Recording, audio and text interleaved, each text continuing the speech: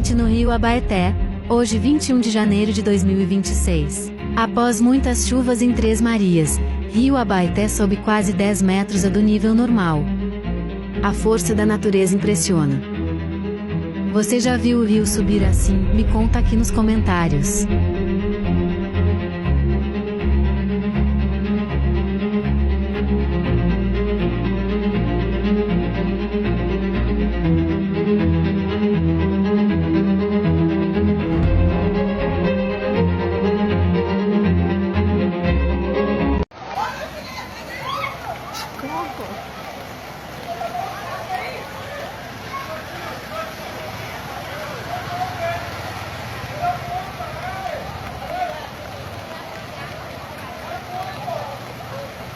O dó de goiaba, né?